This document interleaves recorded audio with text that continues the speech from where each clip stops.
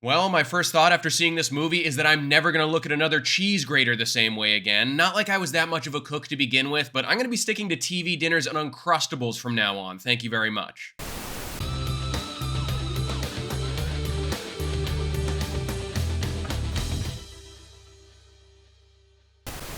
What's up, guys? I'm Sully, and today I am super excited because we finally get to talk about this new twisted horror movie, Evil Dead Rise. All you need to know about this one is that the story goes like this. Moving the action out of the woods and into the city, Evil Dead Rise tells a twisted tale of two estranged sisters, whose reunion is cut short by the rise of flesh-possessing demons, thrusting them into a primal battle for survival as they face the most nightmarish version of family imaginable. So I'm gonna start this one off by saying that I am a massive Evil Dead fan. This was probably my most anticipated horror movie for the entire year, and this one was really the big question mark, right? 2013 Evil Dead came around, absolutely blew our socks off, was a great modern retelling, sequel, however you want to view it, but they really captured lightning in a bottle there. So everyone wanted to know, myself included, after 10 years away from the franchise, would they be able to do it again with Evil Dead Rise? And I'm happy to say that I think for the most part, they were able to do it. This movie, moving the franchise from a cabin in the woods to a city apartment building, spices it up the same way it did in Scream 6 with moving from Woodsboro to New York City.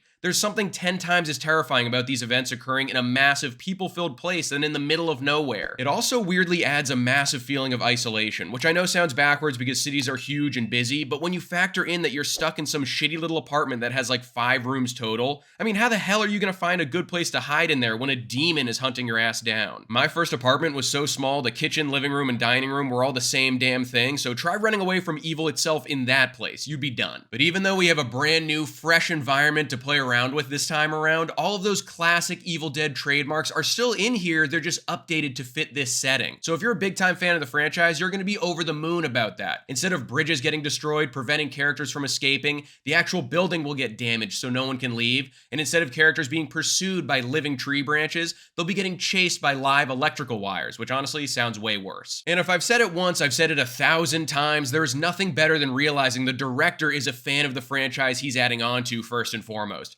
And Lee Cronin proved to me so many different times in this film that he must have watched The Evil Dead on repeat as a kid to the point that he wore out his VHS tape. But it doesn't stop there. There are crystal clear influences from The Thing and The Shining in here too. I won't spoil where those pop up, but you'll know right when you see the film, and it is groovy as hell. And now we have to talk about the scares and the gore because that's why you're here in the first place, right? Evil Dead Rise has some of the most gratuitous and disturbing violence in the entire franchise. There's mutilations, decapitations, body horror. Everything you sick puppies need is in here. And like I said, you're never gonna look at another cheese grater the same way again after watching this movie. As for the scares, Evil Dead has never really been about that kind of jump out of your seat scary for me. They show you something creepy out in the open and make you deal with it up close and personal, and that trend continues to great effect in Evil Dead Rise. Now, making a good Evil Dead movie is no easy task because a lot goes into it. Anyone that has seen the original ones from the 80s knows that they are wacky and funny just as much as they are gory. Like, the Deadites themselves are always saying some pretty funny shit.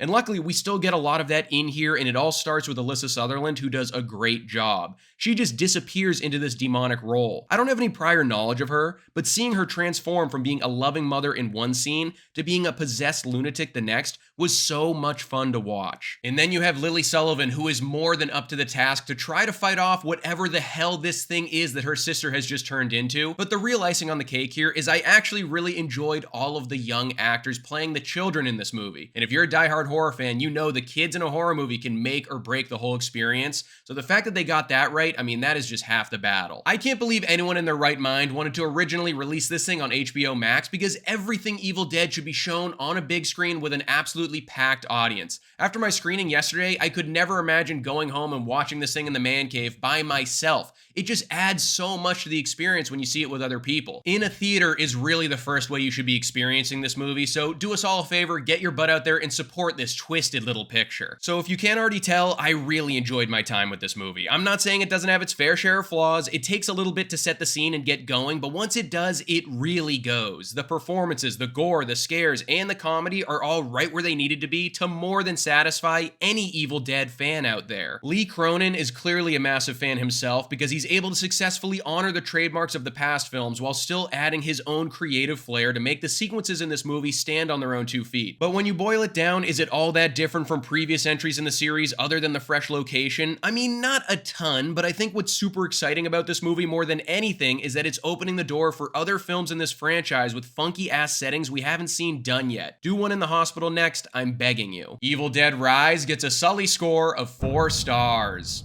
So that's my review of the new Evil Dead movie. I'm gonna go upstairs right now and throw out my cheese grater. But let me know in the comments below if you're gonna go check this one out or if you've already seen it.